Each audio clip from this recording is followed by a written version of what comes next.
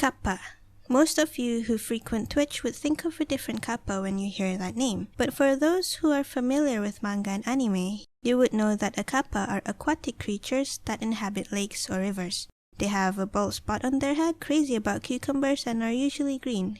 They are also usually portrayed as funny yokai, but they are much more creepier than what we are accustomed to. Let's start off with their appearance. They are usually the size of human children, has scaly skin that could range from green to red to yellow to even blue. They have webbed hands and feet, has a beak, and a turtle-like shell. They possess 3 anuses and are known to fart 3 times more than humans, and the dish-like bald spot on their head are the source of their powers. The bald spot needs to be kept wet at all times or the kappa will dry up and may eventually die.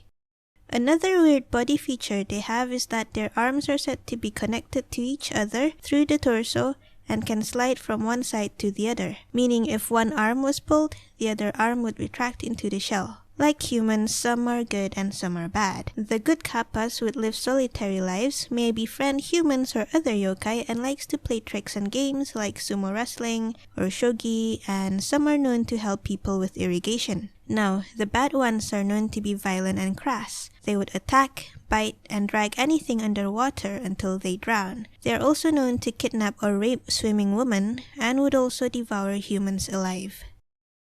The Rokurokubi. Like the Nukekubi that has their head detached from itself when sleeping at night, the Rokurokubi appears to be an ordinary woman in the morning but has her neck stretched and elongated at night. The neck would stretch so much that it would enable the head to roam freely. It would attack small animals and may just scare some people away who just happen to be nearby. And some stories say that they would lick up lamp oil with their tongues. Now usually the Rokurokubi doesn't know that they transform into a yokai at night, as it is a curse given to them by some cruel fate. It may or may not be a curse of their own sins, rather it is their husbands or father's sins that cause them to be cursed.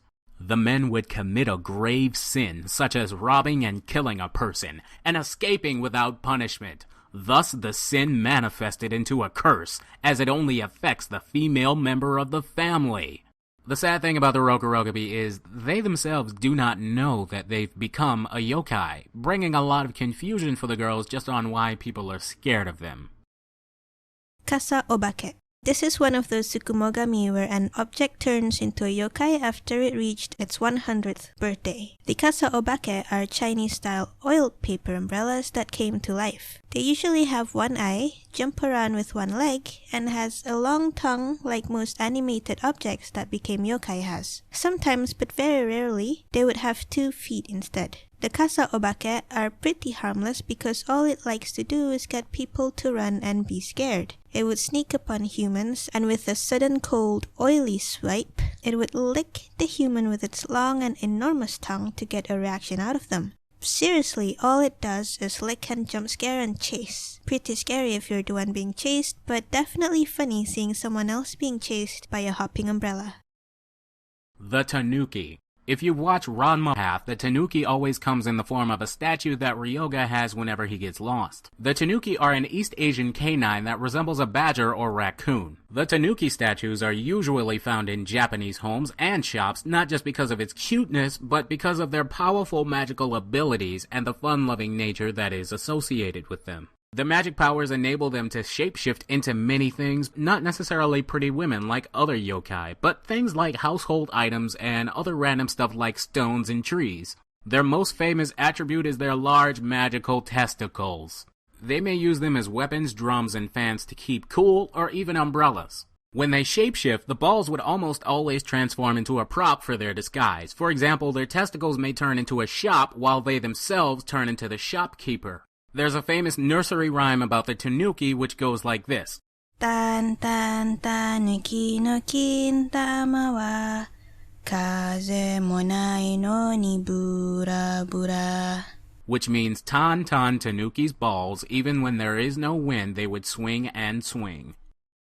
Zashiki-warashi. You could see them in XXXholic, Mononoke, Nurarihyo no Mago, and more. They like to dwell in large, well-maintained fancy houses. The zashiki-warashi is a ghost child. They enjoy playing pranks on their fleshy housemates and would run around laughing without being seen. However, seeing a zashiki-warashi or having one in your home is considered good luck and could even bring you great riches. They usually look like 5 or 6-year-old children with bobbed hair and red faces. They can be a boy or a girl wearing traditional Japanese clothes with old-fashioned hairstyles, but it is very difficult to say specifically because it is very hard to see them as only homeowners or children are able to see them. The zashiki-warashi do not haunt for revenge. Instead, they act just like troublemaking kids, moving things around, leaving children footprints in the house, talk out loud without being there, and play with musical instruments you have any time of day. The scary thing is, sometimes, you might not get only one zashiki-warashi, but multiple of them in one go. The zashiki-warashi are considered gods of luck. You might get annoyed of their presence, but having them around your house would give your household prosperity and riches. But if you for whatever reason treat it wrongly, or treat it too nicely, it would drive them out of the house. So bad luck may befall upon the house, which in the worst case possible would kill the whole household due to some misfortune.